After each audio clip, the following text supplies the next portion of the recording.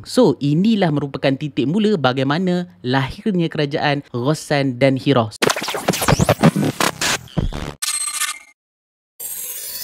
Bismillahirrahmanirrahim. Assalamualaikum warahmatullahi taala wabarakatuh. Pada video yang lepas kita dah cerita berkenaan tentang bagaimana Yaman ini telah dijajah oleh dua kuasa besar dunia ketika itu, iaitu Rom dan Parsi. InsyaAllah pada video kali ini kita akan sambung berkenaan tentang topik baru, iaitu bagaimana kerajaan Rom dan Parsi telah melahirkan dua kerajaan yang agak popular ketika itu. Jadi bagi anda yang belum lihat video yang lepas, anda boleh klik pada link di atas. Baiklah, mari kita sambung pada video yang berikutnya, iaitu berkenaan tentang bagaimana kerajaan Rom dan Parsi telah menubuhkan dua kerajaan yang popular, iaitu kerajaan Ghassan dan kerajaan Hira. Baiklah, kita akan mulakan dahulu sebab apa berlakunya ataupun tertubuhnya dua kerajaan ini. Seperti kita tahu bahawa pada zaman dahulu Empayar Rom dan Parsi ni, mereka ni sentiasa melebarkan kerajaan mereka. Tak kisahlah dekat mana pelosok dunia sekalipun, mereka akan cuba untuk melebarkan luas. Jadi apabila mereka ini telah melebarkan empayar, seperti yang kita dapat lihat bahawa setiap sempadan daripada kuasa empayar itu akan berlaku kekacauan. Kita ambil sebagai contoh Rom. Rom telah melebarkan kerajaan dia hingga ke Jerman. Jadi kita dapat lihat di sini, di setiap sempadan Jerman itu akan berlaku serangan daripada orang Gasar. Orang Gasar ni ada dari kalangan bending ataupun orang tempatan di situ yang telah membuat serangan secara gerila, terutamanya apabila mereka lihat ada logistik ataupun makanan, ubat-ubatan. Jadi banyaklah gangguan terutamanya di kawasan sempadan itu sendiri. Jadi sama juga di kawasan Arab, mereka juga diganggu, terutamanya di kalangan orang Arab Yaman. Orang Arab Yaman ni mereka anggap sebagai bandit ataupun pengacau, sedangkan mereka yang mengacau. Namun biasalah mereka akan menganggap bahawa setiap orang yang mengganggu empayar mereka itu adalah di kalangan orang yang tidak menerima mereka, maka mereka akan diperangi. Sama juga dalam dua empayar ini, apabila berlaku serangan daripada orang-orang tempatan, terutama di bahagian sempadan, dalam konteks ini kita cerita berkenaan tentang Arab Yaman, jadi mereka telah terfikir untuk membuat satu sempadan ataupun dia nak buat tembok sendiri. Jadi caranya adalah mereka telah mengupah orang-orang Arab itu sendiri. Sebab dia tahu bahawa orang Arab ni lebih tahu selok belok kawasan itu. Seperti yang kita tahu bahawa di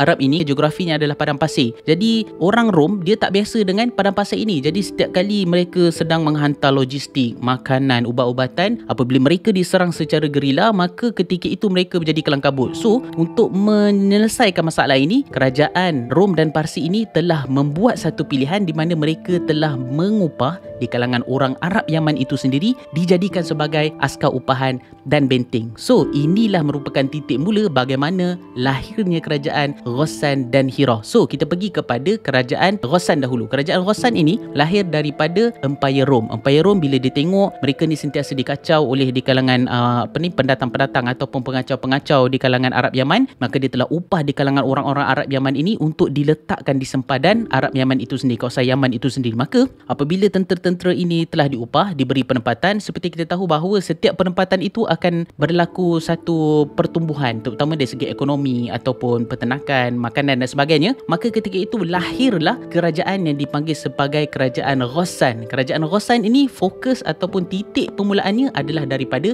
askar upahan yang telah diberikan, telah diupah oleh kerajaan Rom itu sendiri. Maka lahirlah kerajaan Ghassan. Berikutnya kita pergi kepada kerajaan Parsi. Sama juga, Parsi ini pun menggunakan konsep yang sama. Mereka ni sentiasa berebut-rebut dengan Rom untuk meluaskan empayar. Maka apabila berlaku perluasan empayar itu, menyebabkan mereka ini tak mampu untuk menghadapi terutamanya serangan-serangan di sempadan. Jadi apabila Parsi ini telah sampai ke kawasan Arab di bahagian Timur Tengah, maka ketika itu akan berlakulah serangan-serangan gerila daripada orang-orang tempatan Arab itu sendiri, dipanggil sebagai kekacauan mereka lah. So mereka rasa tak selesa. Sama juga konsep yang dibuat, mereka telah upah di kalangan orang Arab Yaman itu sendiri untuk dijadikan sebagai askar upahan. Maka ketika itu terbentuklah satu kerajaan yang dipanggil sebagai kerajaan Hira Menazirah. So Empayar Rom telah upah askar di kalangan Arab Yaman, maka telah terbentuk satu komuniti yang besar di sempadan itu sehingga lahirnya kerajaan dipanggil kerajaan Ghassan. Manakala Parsi pula, mereka telah mengupah orang Arab Yaman juga untuk menjaga sempadan ketika itu, maka komuniti itu menjadi besar, maka lahirlah satu kerajaan yang dipanggil sebagai kerajaan Hira Menazirah. Inilah dia dua kerajaan yang telah lahir hasil daripada dua empayar besar ketika itu, iaitu Rom dan Parsi. Jadi kita akan lihat apa yang ada pada kerajaan Hira dan apa yang ada pada kerajaan Ghassan. Pertama, kerajaan Hirah ini dia banyak berjasa dari segi kebudayaan sebab diorang ni banyak berjalan ke Jazirah Arab. Jadi ramai di kalangan diorang ni pandai menulis dan pandai membaca. Okey, antara raja yang popular ketika itu dalam kerajaan Hirah ini adalah Umru Al-Qais. Okey, selain itu adalah Nu'man bin Umru Al-Qais. Kerajaan ini telah menjadi Islam setelah mana Khalid Al-Walid merupakan panglima Islam telah dihantar untuk membuka kerajaan Hirah ketika itu. Maka Khalid Al-Walid ni telah berjaya mengislamkan ataupun membuka kota Hirah ini dan mereka ini telah masuk bersama-sama ke dalam agama Islam. Alhamdulillah. Berikutnya kita lihat kepada kerajaan Ghassan. Kerajaan Ghassan ini asalnya adalah daripada perkataan ataupun kita panggil sebagai air mata Syam. Ghassan ni dia lahir daripada perkataan daripada air mata Syam, maka disebut sebagai Ghassan. Kerajaan Ghassan ini memerintah di selatan Syam dan di utara Jazirah Arab, dan kita boleh lihat bahawa sini mereka ini mempunyai orang panggil kebudayaan yang tinggi tetapi banyak kepada Rom. Biasalah bila mereka ini hasil daripada askar upahan, mereka akan banyak terikut dengan kerajaan Rom ketika itu, terutama dari segi ideologi, ekonomi, politik dan sebagainya. Maka kehidupan mereka ini walaupun mereka ini merupakan orang Arab tapi sedikit banyak ke arah orang Rom. Seterusnya, antara raja yang popular ada di dalam kerajaan Ghassan ini adalah namanya Jabalah bin Ayham. So Jabalah bin Ayham ni telah kalah di dalam pertempuran dengan tentera Islam di dalam perang Yarmouk. Jadi apabila Jabalah ni telah kalah, dia ni telah masuk ke dalam agama Islam. Namun biasalah bila mungkin dalam hati dia rasa tak selesa dengan ajaran Islam, masih rasa merindui suasana Rom sendiri, ideologi ataupun kehidupan kebudayaan Rom itu, maka dia telah murtad balik dan dia telah larikan diri dia ke Rom. Jadi ini antara boleh dikatakan sedikit berkenaan tentang kerajaan Hirah dan kerajaan Ghassan. Dan kita kena tahu bahawa kerajaan Hirah dan Ghassan ini sentiasa berperang antara satu sama lain. Sebab apa? Rom dan Parsi mereka ni memang tak ngam. Okay?